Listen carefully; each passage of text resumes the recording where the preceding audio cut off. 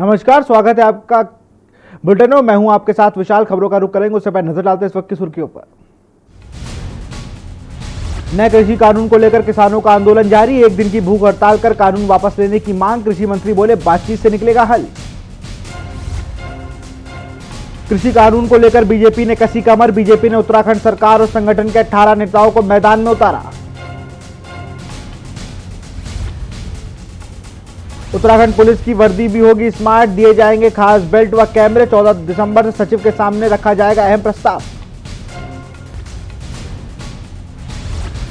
रुद्रप्रयाग में हिमालय के इकोसिस्टम को नुकसान पहुंचा रहे पर्यटक। कपाट बंद होने के बाद भी तृतीय केदार तुंगनाथ मंदिर पहुंच रहे सैलानी। बुगेलों में छोड़ रहे गंदगी। खराब सड़क बना रहा परेशानी का सबक। प्रशासन की लापरवाही से परेशान लोग कंधों पर लेके जा रहे मरीजों को पहुंचाया अस्पताल। उत्तराखंड में मौसम ने बदली करवट। जन्नत से कम नहीं, बर्फ में लगदग चक्राता की खूबसूरत वादियां। आप देख रहे हैं के न्यूज, खबरों का सारथी।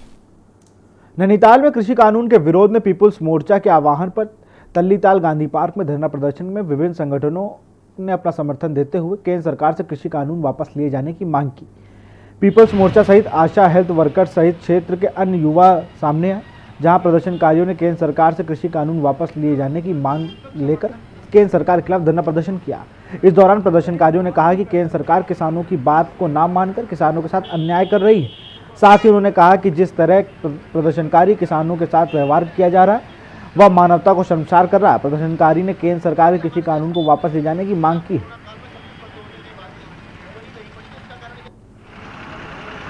देखिए, अभी पूरे देश में किसान आंदोलित है।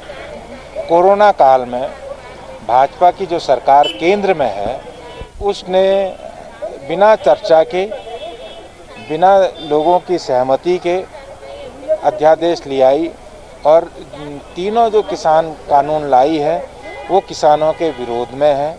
इसीलिए पूरे देश में किसान जो है आंदोलित है और नैनीताल पीपुल्स फोरम के बैनर पे आज ये धरना हो रहा है। आप लोगों को जानकारी है कि 4 तारीख भी हम लोगों ने यहाँ पे धरना किया था। आज पूरे देश में सारे किसान जो हैं, कई दिनों सरकार सड़कों पर उतरे किसानों ने रुड़की तहसील में पहुंचकर ज्वाइंट मजिस्ट्रेट के कार्यालय में बाहर धरना देकर प्रदर्शन किया। इस दौरान भारतीय किसान यूनियन और उत्तराखंड किसान मोर्चा के संयुक्त संगठन एकजुट होकर सरकार के कानून के खिलाफ प्रदर्शन करते नजर आए। वहीं इस दौरान किसानों ने तहसीलदार रुड़की नंद कुमार को अपना ज्ञापन देश के प्रधानमंत्री के नाम सौंपा। किसानों का कहना है कि जब तक सरकार किसानों की पीड़ा को नहीं समझेगी और उनकी मांगें पूरी नहीं की जाएंगी तब तक उनका प्रदर्शन जारी रहेगा।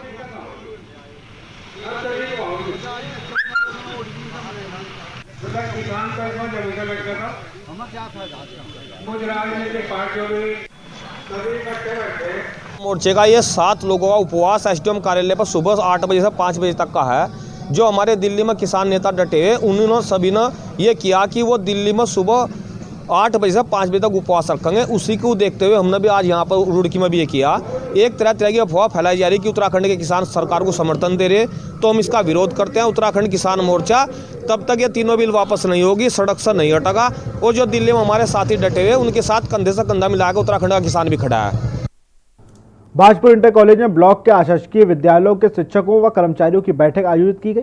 बैठक में शिक्षकों ने सरकार पर वेतन वितरण कानून में छेड़छाड़ करने का आरोप लगाया और जल्द ही आंदोलन की भी चेतावनी दी है। बैठक की शाखा संरक्षक एसपी सिंह के नेतृत्व में आयोजित की गई।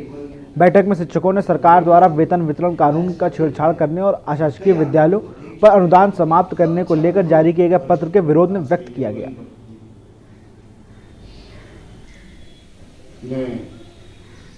कहा है इससे कुछ कहने के लिए जो शासन द्वारा एक पत्र निर्गत किया गया है कि अशासकीय विद्यालयों का अनुदान बंद कर दिया जाएगा, क्योंकि ये शासन ने शुरुआत की है हम लोगों का शोषण करने के लिए। इस शोषण को हमारे यहाँ जैसे टीचर्स हो या शिक्षण कर्मचारी हो, चतुर्थ श्रेणी कर्मचारी हो, कोई भी बर्दाश्त नहीं करेंगे। उसके खिलाफ हम आर पार की लड़ाई लड़ेंगे अगर ऐसा किया जाता है भविष्य में। तो कुमाऊं मंडल के नए कार्यकारिणी में बतौर मुख्य अतिथि पहुंचे नैनीताल विधायक संजीव आर ने नवनियुक्त कार्यकारिणी के पदाधिकारियों को बधाई दी। नवनियुक्त पदाधिकारियों ने संजीव आर्य से कर्मचारियों को आ रही समस्याओं से अवगत कराते हुए गढ़वाल मंडल की बराबर ही कुमाऊं मंडल में भी कर्मचारियों को वेतन दिया जाए। विधायक संजीव आर्य ने कहा कि कर्मचारियों की वेतन की विसंगतियों को दूर करने के लिए सरकार अपने स्तर पर और उनके पास रखा जाएगा ताकि कुमाऊं मंडल के कर्मचारियों को राहत मिल सके। विशेष आभार प्रकट करता हूं कुंदन सिंह बिजी का भी कि आप भी हमारे बीच में आए हैं। तो मैं सबसे पहले बुला रहा हूं हमारे संगठन के। देखिए, आज सबसे पहले तो महाअधिवेशन में हमारे नई कार्यकारिणी का गठन हो रहा है, तो मैं सभी नए पदाधिकारियों को बहुत बहुत बधाई शुभकामनाएं प्रेषित करता हूं। वेतन विसंगतियों का एक महत्वपूर्ण प्रश्न मेरे समक्ष आया है और मैंने आश्वस्त किया है सभी कर्मचारी गणों को कि सबकी मांग है कि गढ़वाल मंडल विकास निगम के सापेक्ष जिस तरीके से वहाँ के कर्मचारियों का वेतनमान है उसी के सापेक्ष हमारा भी वेतनमान हो। खबर सितारगंज से है, जहां नगर के श्री राम लीला मैदान में नुमाइश लगाए जाने के लिए व्यापारियों ने कड़ा विरोध किया है। व्यापारियों का कहना है कि इससे व्यापार प्रभावित होगा, जिसके बाद उन्होंने उप जिलाधिकारी को ज्ञापन सौंपा। साथ ही नुमाइश की अनुमति निरस्त करने की मांग भी की। बता दें कि रामलीला मैदान में रामलीला कमेटी के ठेकेदार से माध्यम से नुमाइश का आयोजन करने जा रही नगर के व्यापारी इसका विरोध कर रहे हैं। इसको लेकर नगर व्यापार मंडल के महामंत्री राजीव गुप्ता के नेतृत्व में व्यापारी उप जिलाधिकारी मुक्ता मिश्रा से मिले और उन्हें ज्ञापन सौंपा।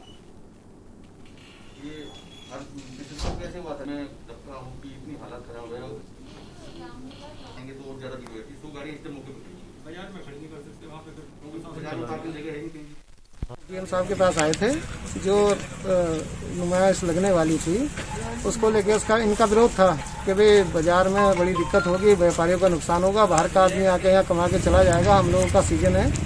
तो इस सारे व्यापारियों के विरोध को देखते हुए हम लोगों ने निर्णय लिया है कि ये नुमाइश नहीं लगवाई जाएगी। मैंने एसडीएम साहब को बोल दिया है और लिख के दे दिया है कि नुमाइश ये नहीं लगाई जाएगी। राजधानी देहरादून में सर्वजन स्वराज पार्टी ने विभिन्न मांगों को लेकर सचिवालय कूच किया। इस दौरान राष्ट्रीय अध्यक्ष देवेश्वर भट्ट सहित कई कार्यकर्ता मौजूद रहे। हालांकि कूच से पहले ही कार्यकर्ताओं को पुलिस द्वारा बैरिकेडिंग लगाकर रोक दिया गया, जिसके चलते कार्यकर्ताओं की पुलिस से धक्का मुक्की भी हुई। वहीं पार्टी के राष्ट्रीय अध्यक्ष देवेश्वर भट्ट ने का कहना है कि राज्य को उत्तर प्रदेश से अलग हुए 20 साल से अधिक हो गए, लेकिन पर संपत्तियों पर आज भी यूपी के कब्जे में है। साथ ही अध्यक्ष का कहना है कि सरकार जल्द से जल्द विभिन्न मांगों को पूरा करे, नहीं के लिए कोई ठोस कदम उठाए।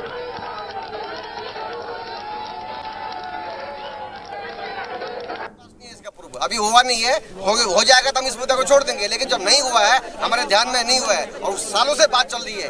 कई बोलते हैं 95% हो गया, कई बोलते 90% हो गया, अभी तक कुछ नहीं हुआ। अगर हो जाएगा तो हमको और क्या चाहिए? यही इसी मुद्दे को तो हम चाहते हैं कि जनता के हित में इसको। आज 60,000 कर्जा मंडरा सिर पे, अगर टिहरी डैम का फैसला किया जाए तो सारा कर्जा उतर जाएगा। उसके लिए हम लोग आए हैं, जनता के हित के लिए हम लोग आए हैं। स्वराज पार्टी जनता के हित के लिए लड़ेगी।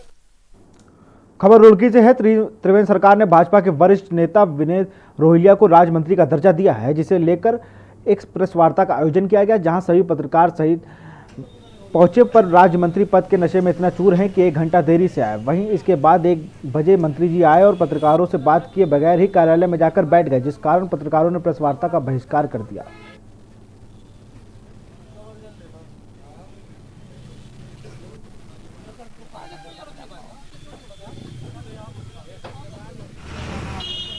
क्रम क्रियान्वयन समिति जो है उसके उपाध्यक्ष बने हैं राज्य मंत्री विनय रोहिला जी। हम पत्रकार के नाते, रुड़की के पत्रकार, उनका आदर करते हैं क्योंकि कहीं ना कहीं वो रुड़की से ही जुड़े हुए हैं। लेकिन उसके बावजूद दिक्कत का विषय यह है कि आज जो प्रेस वार्ता का जो समय दिया गया संगठन द्वारा यहाँ प्रकाश होटल में, जो रुड़की के विधायक प्रदीप बत्रा जी का है, आज रुड़की के एक निजी होटल में भारतीय जनता पार्टी की प्रेस वार्ता का आयोजन किया गया था, जिसमें 12 बजे का समय पहले दिया गया था, जिसमें सभी पत्रकार साथी वहां पर समय पर पहुंच गए थे।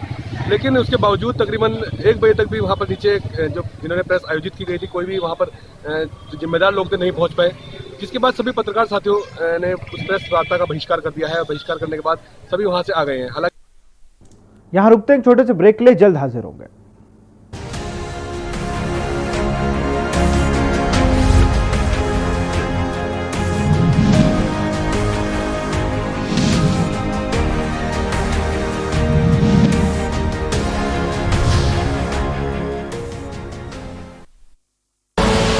आप देख रहे हैं के न्यूज, खबरों का सारथी।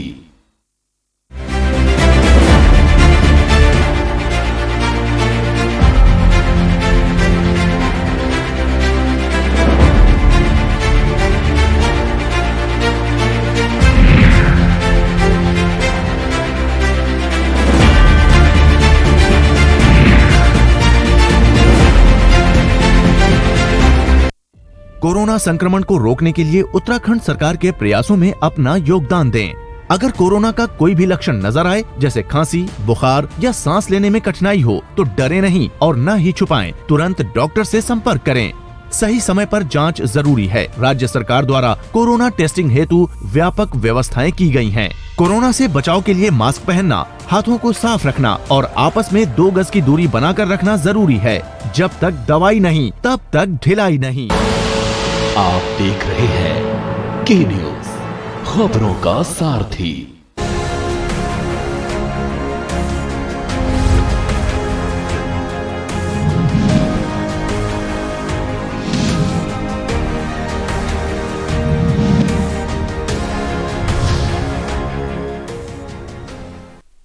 ब्रेक के बाद आपका स्वागत है। खबर सितारगंज से। राजस्व विभाग के संग्रह अमीनों एवं बैंक अधिकारियों के बीच बैठक संपन्न हुई, जिसका नेतृत्व उप जिलाधिकारी ने किया। बता दें कि इस बैठक में उप जिलाधिकारी मुक्ता मिश्रा ने बताया कि दोनों विभागों द्वारा ऋण वसूली में आने वाली दिक्कतों को लेकर वार्ता की गई।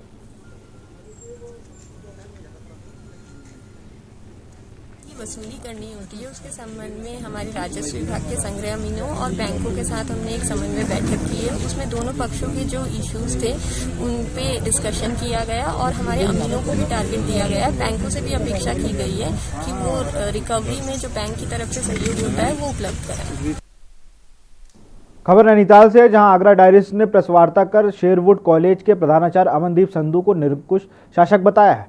बता दें कि सदी के महानायक अमिताभ बच्चन के स्कूल शेरवुड कॉलेज के विवाद को लेकर आगरा डायरीज ने पत्रकारों से बातचीत करते हुए कहा कि लंबे समय से अमनदीप संधू प्रधानाचार्य पद पर बने हुए हैं। इसी बीच स्कूल में नकारात्मक क्रियाकलापों को जब उनसे रिपोर्ट मांगी गई तो उन्होंने हमेशा टाल मटोल किया, जिसके बाद से कॉलेज में गिरती हुई छवि को देखते हुए डायरीज ने संधू को निलंबित कर दिया गया है। उन्होंने कर्मचारियों के साथ के लेकर नवनियुक्त प्रधानाचार्य के विद्यालय के अंदर प्रवेश नहीं करने दिया, जो कि कानूनन गलत है, जिसके लिए अब उच्च न्यायालय में की कार्रवाई को लेकर वाद दायर करेंगे। 27 डायसिस के संचालन का मतलब हो गया लखनऊ डायसिस में पूरा उत्तर प्रदेश, तब का उत्तर तो ढेर सारे हैं उनकी, हमारे पास हमने निकाली हुई हैं। वो जब हमसे सामने आएंगे, हमको चार्जशीट देंगे, जब वो सामने आएंगे उसमें सारी बातें लिखी हुई हैं। क्योंकि इतना बजट 2017 तक जो बजट हम पास करते रहे, 2017 के बाद उन्होंने बजट पास कराना बंद कर दिया। शेरवुड कॉलेज का 30 से 35 करोड़ सालाना खर्चा वो करते हैं अपनी निरंकुशता से, अपने सिंगल्स, अपने ऑपरेशन से करते हैं। किसी भी प्रकार का कोई भी बजट वो गवर्निंग बॉडी से पास नहीं करा रहे हैं और जिसके लिए हमको एक्शन करना पड़ा। 21 अक्टूबर 2020 को हमको एक्शन लेना पड़ा और अपने प्रिंसिपल मिस्टर अमनदीप संधू को सस्पेंड करना पड़ा। इसकी चर्चाएं, सारी बातें यहाँ पर विवरण बताया गया और उसमें हम प्रक्रिया उस प्रकार से कर रहे हैं जो एक मानवीय प्रक्रिया हो और एक ऐसी प्रक्रिया हो जो सारे समाज को स्वीकार्य हो। आगे के लिए अब यह है कि जो कार्य हम नहीं पूरा हो पाया है, हम फिर से कोर्ट जाएंगे और कोर्ट जाकर उनको अपनी बात बताएंगे। इस तरीके से ये बात नहीं हो पाई है, आप इसमें हमारी मदद कीजिए। बीती रात मुखबिर की सूचना पर बरकौली रेंज सितारगंज के वन क्षेत्राधिकारी जितेंद्र प्रसाद डिमरी एवं प्रभारी IFS अभिमन्यु के नेतृत्व में वन विभाग की टीम ने अवैध तस्करी कर यूपी जा रहे अज्ञात तस्करों से सागौन के लट्ठों से लदे एक टैंकर को पकड़ा, लेकिन अज्ञात तस्कर मौके से फरार होने में कामयाब हो गए। वहीं वाहन की तलाशी लेने पर उसमें सागौन के 17 लट्ठे लदे हुए बरामद किए गए। जब्त सागौन की लकड़ी अंतर्राष्ट्रीय बाजार की कीमत 2.5 लाख से 3 लाख आंकी जा रही है। जब्त वाहन को सितारगंज के बाराकोली रेंज कार्यालय लाया गया। इस मामले में आगे की कार्रवाई की जा रही है।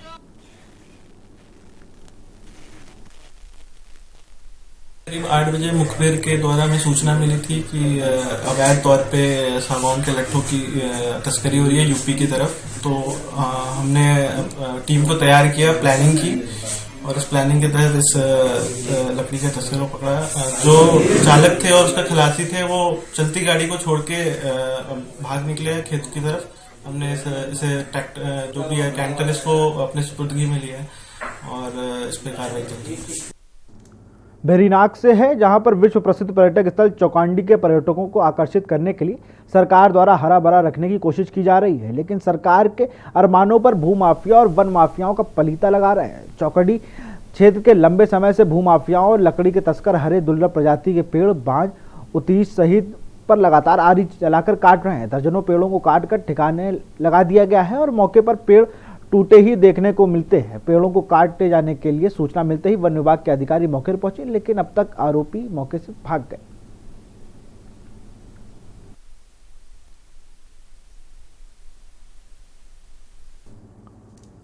डोईवाला में मुखबिर द्वारा क्षेत्रीय लेखपाल जयपाल रावत को एसएसबी परिसर में अवैध खनन की सूचना मिली, जिसके बाद लेखपाल मौके पर पहुंचे और खनन करते हुए जेसीबी व डंपर को देख इनकी सूचना अधिकारियों को दी, जिसके बाद तहसील प्रशासन मौके पर पहुंचे और एसएसबी को आवंटित भूमि में जेसीबी व डंपर को अवैध खनन करते हुए मौके पर पकड़ लिया और कानूनी कार्रवाई कर डंपर और जेसीबी को सीज कर ठेकेदार के खिलाफ मुकदमा दर्ज किया है। बता दें कि डोईवाला कूड़ावाला सुसवा नदी किनारे एसएसबी को भूमि आवंटित की गई थी, जिससे लगभग 1 वर्ष से बिल्डिंग बनने का कार्य चल रहा है।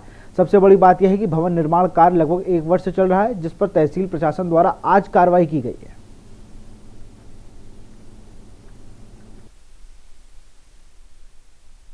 ये हमें सूचना मिली कि यहाँ पे लोग जो है ये अवैध खनन कर रहे हैं। हम तुरंत यहाँ पे आए और हमने एक जेसीबी और एक डंपर पकड़ा गया, जो कि माल यहाँ से अवैध खनन करता हुआ पकड़ा गया। सीज कर रहे हैं इनको? सीज करेंगे सर।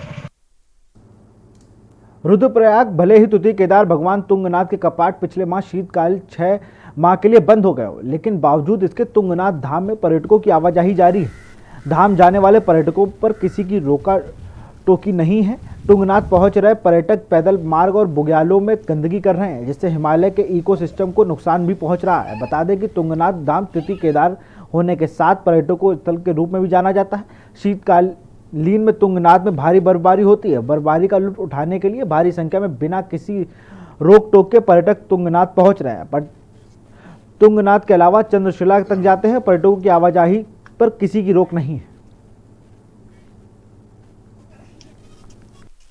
तुंगनाथ चौथा उत्तराखंड का एक बहुत ही सुंदर प्लेस है और हायर हिमालय का हाई हिमालयन मिडोज प्लेस है। और 6 महीने जब यहाँ पे बाबा तुंगनाथ के कपाट खुले रहते हैं तो यात्री दर्शन के लिए जाते हैं, और जब 6 महीने कपाट बंद हो जाते हैं तो फिर यात्री यहाँ पे नहीं जाते हैं। लेकिन जो टूरिस्ट है, जो हिमालय के दीदार करना चाहता है, वो वहाँ पे जाता है कपाट बंद होने के बावजूद भी। और जो हिमालय के रूल्स हैं उसको फॉलो नहीं करता है। वहाँ पे कचरा फैला दिया, वहाँ पे पॉलिथीन लेके गए और छोड़ दिया। संबंध में जैसा कि आप बता रहे हैं, वर्तमान में भी तुंगनाथ में पर्यटक जा रहे हैं, क्योंकि प्रोटेक्टेड एरिया है। इसमें मोस्टली जो रिस्पॉन्सिबिलिटी है वो वन विभाग से संबंधित है। परंतु यदि कोई ऐसी समस्याएं आ रही हैं तो फॉरेस्ट डिपार्टमेंट के साथ समन्वय बैठाते हुए इसके लिए उचित कार्रवाई और व्यवस्थाएं भी बना ली जाए। यहाँ रुकते हैं छोटे से ब्रेक के लिए, जल्द हाजिर होंगे।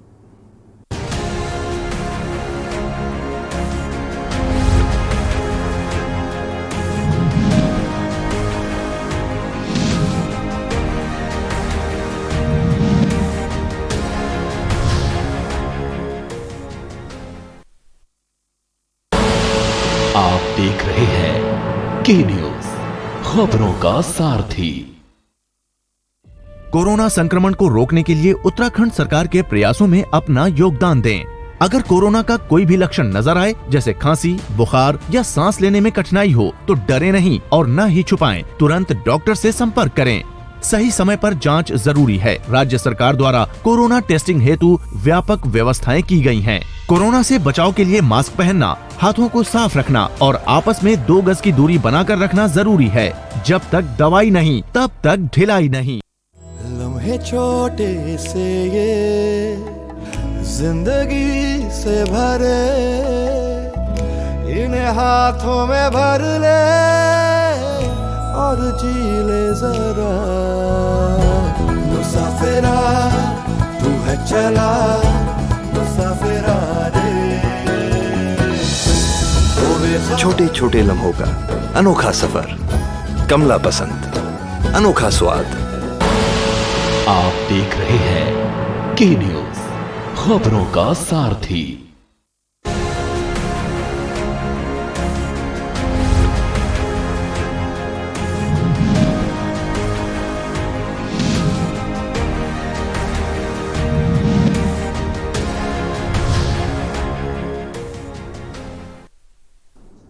ब्रेक के बाद आपका स्वागत है। पर्यावरण प्रेमियों के लिए बेहद आकर्षण वन क्षेत्र थाने में प्राकृतिक संसाधन के लिए इको फ्रेंडली पार्क भी अपनी ओर आकर्षित करने के लिए तैयार हो गए हैं। मुख्यमंत्री त्रिवेंद्र सिंह रावत ने इस पार्क की सराहना कर रहे हैं और यहां और सुविधाएं जुटाने के लिए वन विभाग को सहयोग देने की बात कर चुके हैं। देखिए इस रिपोर्ट में।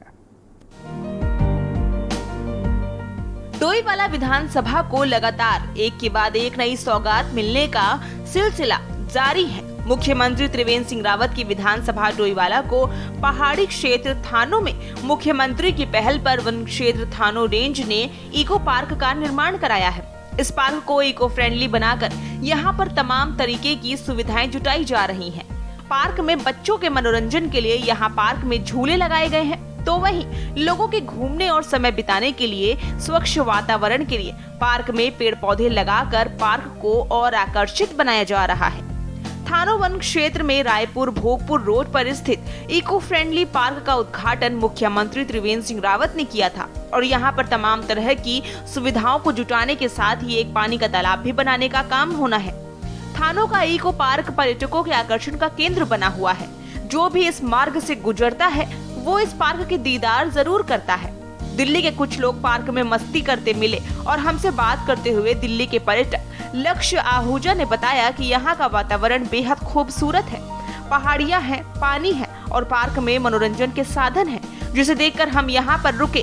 हम लोग दिल्ली से आए हैं और हम जाते जाते पार्क में नजर पड़ी तो हम यहाँ रुक गए देखने के लिए। काफी सुंदर लग रहा था ये पार्क, इस वजह से झूले वूले लगे हुए थे, इसलिए हम रुक गए थोड़ी देर के लिए देखने के लिए। एंजॉय कर रहे हैं? हाँ जी, एंजॉय कर रहे हैं यहाँ पे बहुत। थानों के इस इको पार्क का उद्घाटन अभी कुछ दिन पहले ही हुआ है, इसलिए अभी पार्क में सुविधाएं जुटाने का काम चल रहा है। साथ ही पार्क में मनोरंजन के लिए भी और काम होने हैं।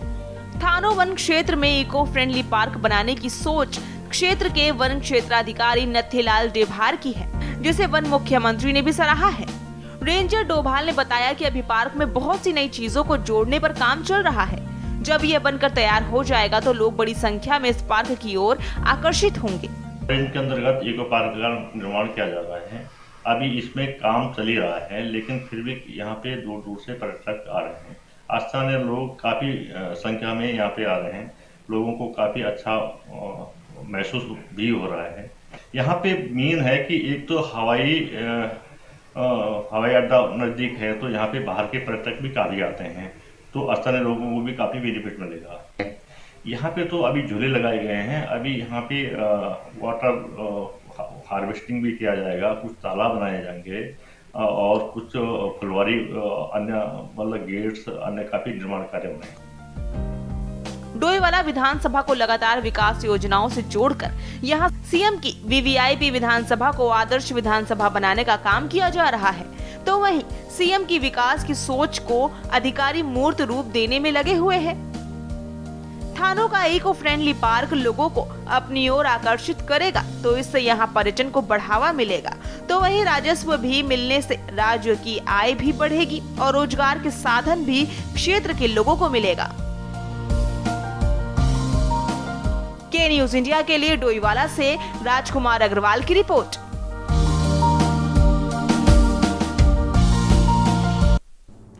बहिनाथ हाईवे सटे सुमेरपुर गांव के ग्रामीणों ने ऋषिकेश कर्णप्रयाग रेल लाइन का निर्माण कार्य की कार्यदायी संस्था मेगा कंपनी पर प्रत्येक गांव तथा पैदल मार्ग के क्षतिग्रस्त करने का आरोप लगाया है। ग्रामीणों ने कहा है कि कंपनी ने उनके पैदल रास्तों को क्षतिग्रस्त कर दिया है, जिस कारण आने जाने वाले रास्ते बंद हो गए हैं और लोगों को शवों के घाटों तक ले जाने में काफी दिक्कतें हो रही। देखिए इस रिपोर्ट में।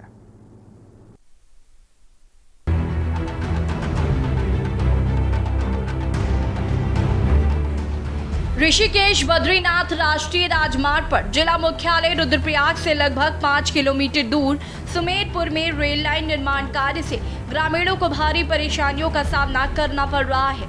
निर्माण कार्य कर रही मेगा कंपनी पर ग्रामीणों ने मनमानी का आरोप लगाया है। ग्रामीणों का कहना है कि रेलवे विकास निगम व कार्यदायी संस्था द्वारा गांव के पैदल रास्ता, यात्रा घाट का रास्ता, पेयजल लाइन व अन्य परिसंपत्तियों को नुकसान पहुँचाया गया है।